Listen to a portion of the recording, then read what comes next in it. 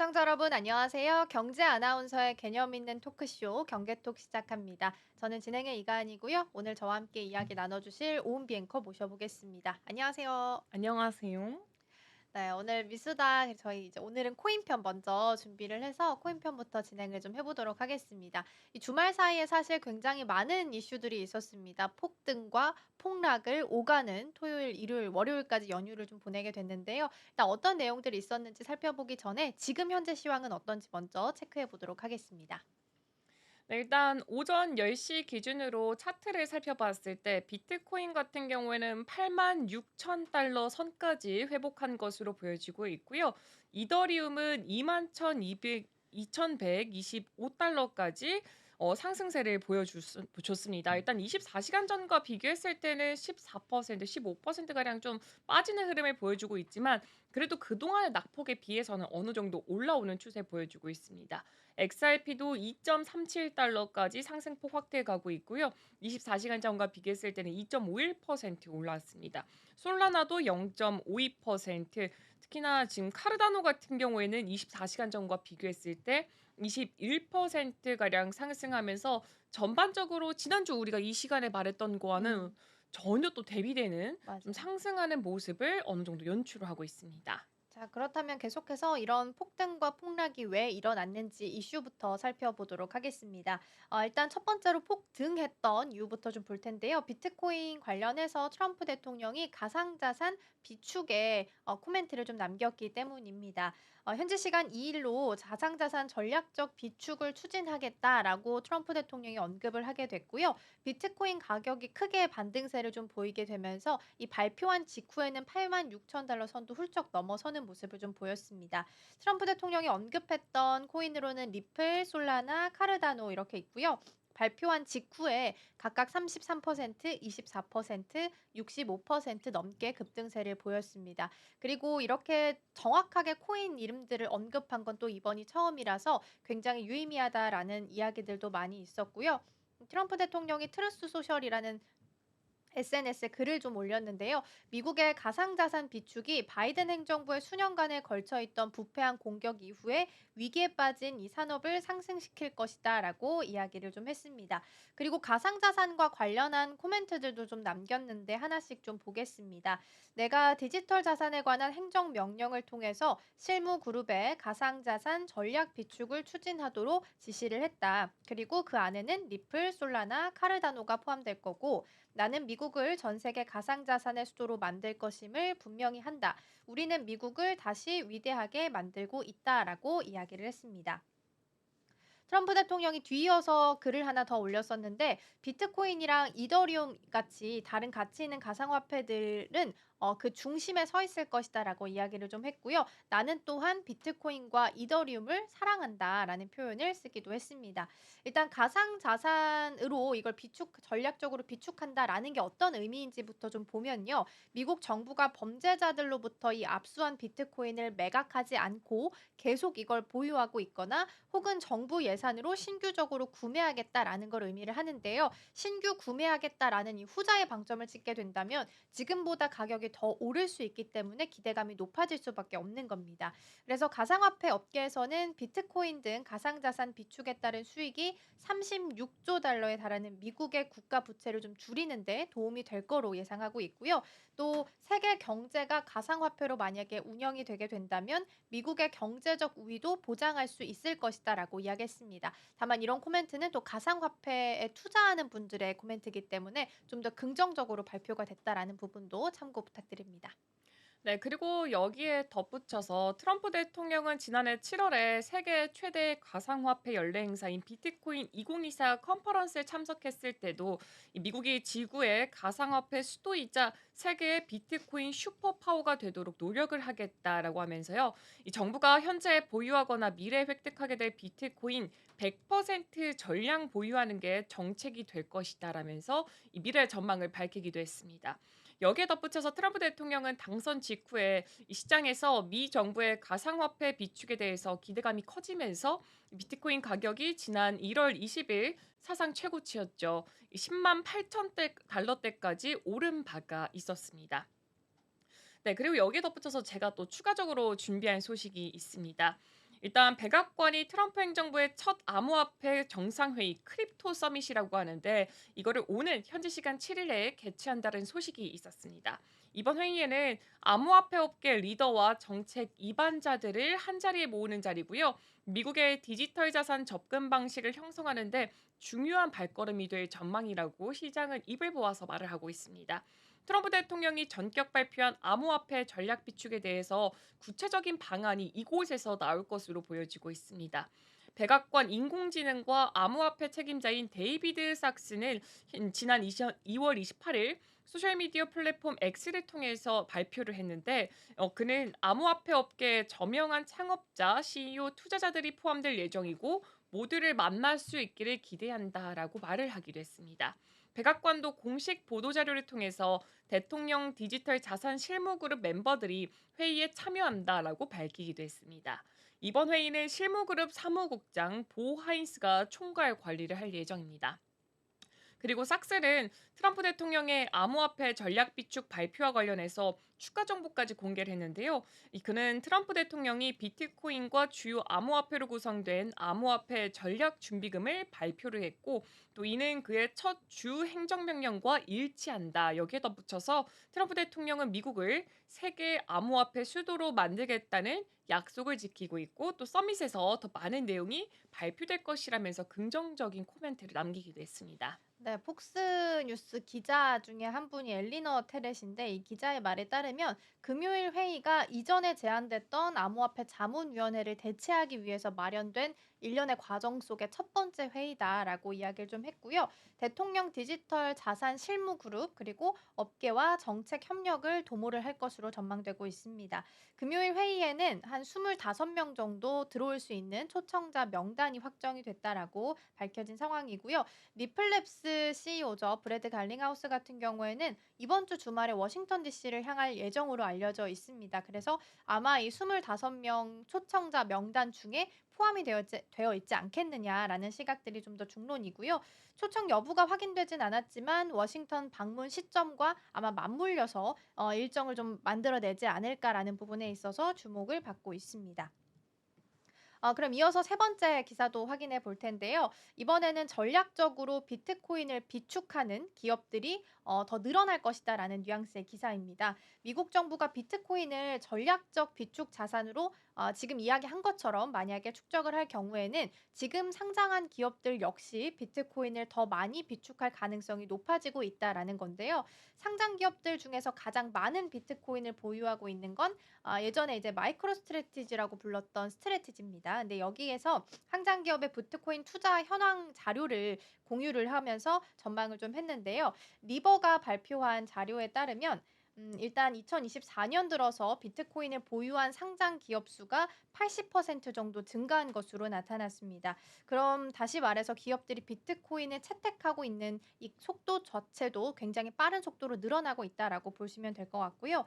비트코인을 재무 자산으로 채택한 기업 같은 경우에는 전체 상장사 대비해서 사실상 여전히 1% 미만이긴 합니다. 그러나 앞서서 말씀드린 것처럼 이 늘어나는 증가 속도가 굉장히 가파르게 늘어나고 있는 것으로 확인되고 있고요. 특히 S&P 500 기업 중에 2개, 나스닥 100 지수 내에서는 3개 기업이 현재 비트코인을 보유한 것으로 확인이 되고 있습니다. 네, 그리고 2025년이죠. 올해 같은 경우에도 비트코인을 보유한 상장 기업의 수가 계속 증가하는 추세를 보여주고 있습니다. 2024년 중반 이후에 급격한 상승세를 보였고요. 2025년 초에는 80개에 가까운 기업이 비트코인을 보유한 것으로 추정되고 있습니다. 특히 미국 정부의 전략적 비트코인 비축 정책이 본격적으로 시행이 될 경우에는 올해 말까지 지금 100개 이상의 상장 기업이 비트코인을 재무자산으로 채택할 가능성이 높다라는 기사까지 한번 만나봤습니다. 이어서 다음 기사는 또 제가 준비를 했습니다. 트럼프 대통령과 관련된 기사고요. 이미지부터 확인해 보도록 하겠습니다. 이 트럼프 대통령과 그의 가족이 암호화폐 시장에서의 활동을 더욱더 확장해 나가고 있습니다. 이 외신에 따르면 이번에는 트럼프 이 이름 자체의 브랜드를 활용한 메타버스 개발을 추진하면서 디지털 경제에 본격적으로 뛰어들겠다라고 발표를 했습니다. 트럼프 측 변호인단은 최근에 미국 특허청에 가상 플랫폼 구축을 위해서 상표권 출연을 출원을 진행을 했고요. 해당 메타버스는 엔터테인먼트, 경제, 교육 분야에서 몰입형 경험을 제공하는 것을 목표로 하고 있다라고 밝히기도 했습니다. 일단 첫 번째로는 다양한 서비스를 포함하고 있습니다. 트럼프 메타버스는 다양한 가상 서비스를 포함할 예정인데 가상 레스토랑이라던가 온라인 콘서트, 디지털 가구 등 이렇게 또 주요 상품군이 제시가 됐고요. 비즈니스나 공공행정, 부동산 등 분야에서도 교육 프로그램을 제공하는 것도 함께 계획에 포함이 됐습니다. 그리고 이번 메타버스 프로젝트를 트럼프 브랜드를 확장하는 동시에 사용자가 새로운 방식으로 브랜드를 경험할 수 있도록 설계가 됐습니다. 그리고 이어서 두 번째 같은 경우에 가장 이제 시장에서 주목하고 있는 부분입니다. 암호화폐 시장과의 연결을 강화하겠다라는 건데요. 이제 트럼프 대통령이 이 암호화폐 시장 간의 긴밀한 연결을 보여주는 그 사례로 꼽는 게 바로 이 부분입니다. 트럼프 가족은 이미 NFT, 디파이, 밈코인 관련 상품을 출시하면서 암호화폐 산업에 발을 들인 상태입니다. 이번 상표권 출원은 이 사용자 의도를 기반으로 진행이 됐고요. 이는 향후 정식 상용화를 염두에 준 조치로 또 해석이 되고 있습니다. 네, 다만 이제 문제가 되는 부분이라고 본다면 이 콘텐츠에 접근하는 데 있어서 약간은 제한적인 부분이 있을 수 있다라는 부분인데요. 제공되는 그 모든 콘텐츠들이 트럼프 대통령의 승인을 받은 것만 포함이 될 예정입니다. 이에 따라서 사용자가 자신만의 가상자산을 해당 메타버스 안에 반입할 수 있을지에 대해서는 사실상 의문이 제기가 되고 있는 상태고요. 블록체인 기반의 메타버스에서 일반적으로 허용됐던 그 모든 기능들과는 다소 좀 차이가 있다라고 보셔야 될 것 같습니다. 현재 미국 특허청이 해당 상표권에 대해서 추락을 하긴 했는데 담당 심사관이 아직은 배정되지 않은 상태라고 하고요. 추가적인 최종 승인까지는 검토 과정이 여러 차례 남아 있다라는 부분도 함께 보셔야 될 것 같습니다. 자, 그럼 이번에는 밈코인 기사 하나 좀 보도록 하겠습니다. 더모 트리플이라는 투자 전문 매체가 있는데요. 여기 나온 기사 참고해서 보도록 하겠습니다.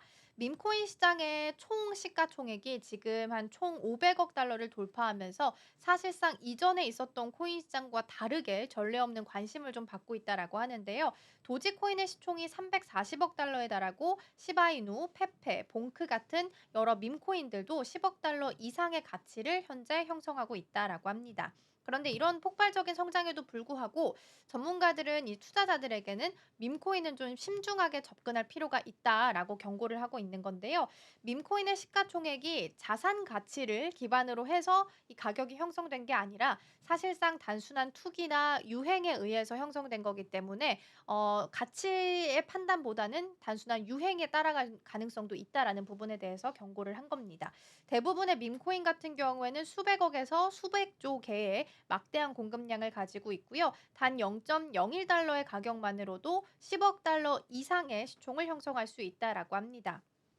또 많은 프로젝트들이 공식적으로는 가치 없는 재미용 코인이다라는 부분을 인정을 하고 있다라고 하는데요. 그래서 투자자들이 이 가치를 보고 투자하는 게 아니라 단순히 사람들의 이야기나 유행에 따라갈 가능성이 있기 때문에 항상 이 밈코인을 투자할 때는 주의가 필요하다라는 겁니다. 그리고 밈코인의 단기 급등을 장기적으로 유지하는 그 힘도 당연히 없을 수밖에 없겠죠. 아무래도 유행에 따라서 가다 보니까요. 그래서 과거에는 새로운 밈코인이 등장하면 투자자들의 관심을 확 받았다가 대부분 기존 밈코인들은 시간이 좀 지나고 나면 가치를 좀 잃었다라고 합니다. 특히 2025년에 가장 화제가 됐던 밈코인 중 하나가 트럼프의 공식 밈코인인데 이게 사실상 가치로 형성된 시총이 아니기 때문에 얼마적으로 장기적으로 좀 유지를 할 수 있을까에 대해서는 다들 의문을 품고 있다라는 겁니다. 도지코인이 밈코인 중에서는 예외적으로 지금 10년 넘게 유지가 되고 있는데 사실 도지코인 뒤에는 일론 머스크라는 대단한 지금 거의 두 번째 대통령이라고 표현될 만큼 대단한 지지자가 있기 때문에 도지코인은 10년 넘게 유지되는 거다라고 이야기를 하기도 했습니다. 네, 그럼 이어서 전문가들의 견해도 함께 살펴보도록 하겠습니다. 전문가들은 2021년과 같은 밈코인 백만장자 신화는 이제 재현되기는 어려울 것이다라고 평가를 내리기도 했습니다. 당시에 도지코인과 시바이누의 폭등 사례가 있었는데 현재는 밈코인이 수십만 개 이상 존재하고 단기적으로 폭등하더라도 빠르게 가치가 붕괴되는 경우가 많다고 합니다. 또 최근에 아르헨티나의 리브라 밈 코인이 이 불과 몇 시간 만에 97% 폭락했던 사례 같은 경우에는 밈 코인의 높은 위험성을 단적으로 보여준다고 더모틀리플은 또 경고를 하기도 했습니다. 이렇게 약간의 이 전문가들의 견해가 섞인 뉴스까지 함께 살펴봤고요. 다음은 SEC와 관련된 이슈가 있어서 또 준비를 해봤습니다. 현지 시간 3일 투자 전문 매체 더모틀리플에 따르면은 이 SEC가 대대적인 인력 구조 조정을 진행할 예정이고요. 이에 따라서 암호화폐 시장의 규제 환경이 급변할 가능성까지 함께 거론되고 있습니다.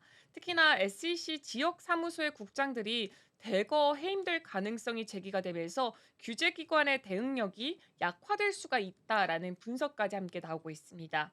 더모틀리플은 이런 변화가 비트코인이라던가 이더리움, 솔라나 등 주요 암호화폐에 상반된 영향을 미칠 수가 있다라고 설명을 하기도 했는데요. 비트코인은 이미 금융 시스템과 깊이 통합되어 있기 때문에 큰 영향을 받지 않을 가능성이 있지만 이더리움이랑 솔라나 같은 경우에는 이전부터 사기라던가 불법 활동에 더 취약한 환경으로 지목이 됐었습니다. 따라서 규제 공백이 발생하면 일부 투자자들에게는 새로운 기회가 될 수도 있지만 동시에 사기라던가 해킹 위험이 더 커질 수 있다. 이 부분에 대해서도 배제를 할 수는 없다라고 말을 했습니다. 그리고 SEC가 암호화폐에 대해서 강경 규제에서 명확한 가이드라인 제공으로 기조를 바꾸고 있다고 분석을 했습니다. 이에 따라서 SEC의 암호화폐 집행 전담 부서가 해체가 되고 규모가 더 작은 조직으로 재편될 예정인데 이는 단기적으로 규제 강도가 약화되는 신호로도 해석을 해볼 수가 있다라고 설명을 했습니다. 그러나 동시에 정치적 임명자들이 SEC의 규제 방향에 직접적인 영향을 미칠 가능성도 커지기 때문에 이 장기적인 불확실성이 더욱더 확대될 것이다라는 우려도 함께 나오고 있습니다. 네, 그래서 전문가들은 지금 SEC가 이렇게 규제를 하는 거에 대해서 이게 과연 암호화폐 시장에 있어서 호재일지 혹은 악재로 작용할지는 지금 판단하기는 좀 어렵다라는 시각이 중론입니다. 규제가 약해지게 된다면 시장 안에서 다양하게 경쟁도 할 수 있고 자유롭게 성장할 수 있다라는 측면에서는 굉장히 큰 기회가 될 수 있겠지만 반대로 규제 공백으로 인해서 대규모 사기 사건 같은 게 발생할 경우에는 신뢰도가 추락할 수 있다라는 시각들도 있습니다. 최근에 그 바이비트 거래소 사건도 거의 15억 달러 수준의 규모 해킹 사건이 있었기 때문에 이런 사건들이 계속해서 연이어서 일어나게 된다면 투자자들의 신뢰도 같이 추락할 수 있다라는 부분을 함께 꼬집고 있습니다. 이번에는 리플과 SEC 관련된 기사 추가적으로 좀 보도록 하겠습니다. 이 소송이 지연되는 이유에 대해서 좀 기사를 볼 텐데요. 코인게이프 기사 볼 거고요. SEC와 리플 간의 법적 분쟁이 아마도 5월까지 이어지지 않을까라는 가능성이 제기가 됐습니다. 코인게이프는 미국 변호사인 제레미 호건이 리플 소송이 다른 암호화폐 사건들보다 더 오랜 시간 걸리는 이유로 금지 명령 때문이다라고 해석을 좀 하고 있습니다. 그는 토레스 판사의 판결이 리플이 공공시장에서 증권을 판매하는 것을 제한하고 있어서 이걸 해소하는 게 좀 어렵고 이것 때문에 좀 오래 걸리고 있다라고 분석을 하고 있는 건데요. 이 금지 명령이 해소가 되지 않으면 리플이 향후에 IPO를 하는 데 있어서도 굉장히 큰 걸림돌로 작용할 수 있다라고 합니다.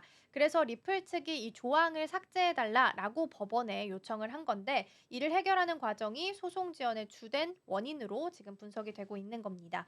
그래서 SEC가 최근 코인베이스나 제미니 여기와의 법적 공방을 철회하게 되면서 리플 소송도 아마도 마무리 단계에 들어가지 않을 것인가라는 부분에 대해서 기대감이 커지고 있는데요.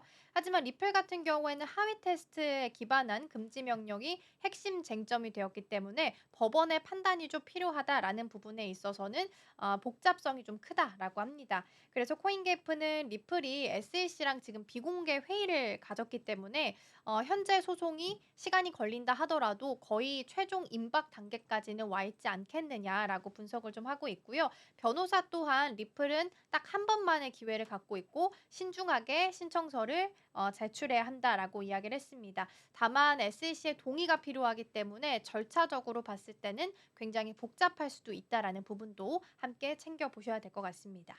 네, 코인게이프의 추가적인 설명을 조금 더 살펴보도록 하겠습니다.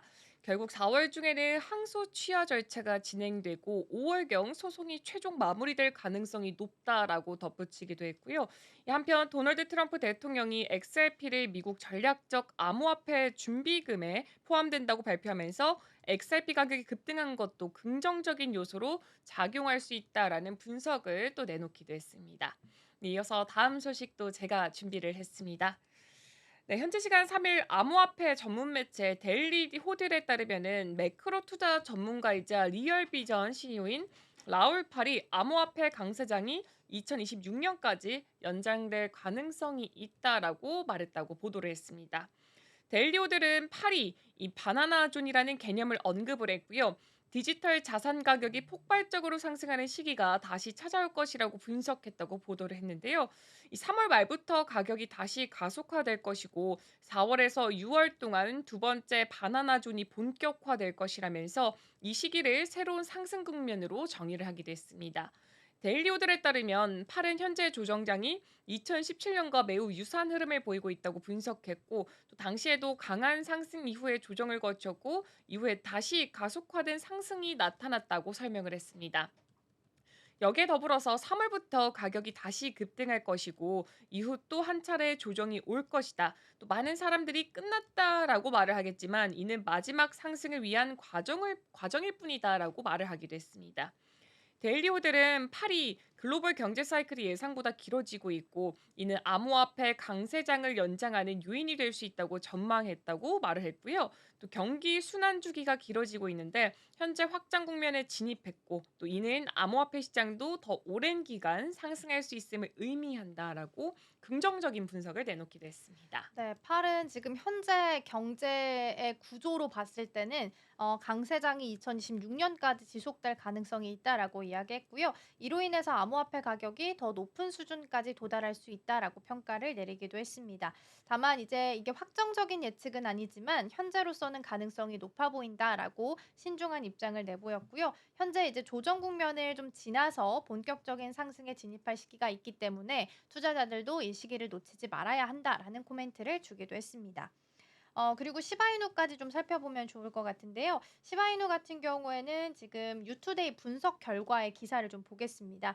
3월 동안 평균 33.7% 상승한 기록이 있어서 아마 이번 달 3월 안에서도 이 강한 상승세를 보이지 않을까라는 기대감 속에 기사가 올라왔습니다. 최근에 시바이누가 10% 이상 상승하게 되면서 0.00015달러 부근에서 거래가 좀 됐고요. 과거 패턴대로라면 이 3월 달 안에 큰 변동성을 보일 가능성이 높다라는 겁니다. 데이터 크립토 랭크 데이터를 좀 인용해서 보면 시바이누의 3월 평균 수익률이 보통 33.7%를 기록했다라고 하고요.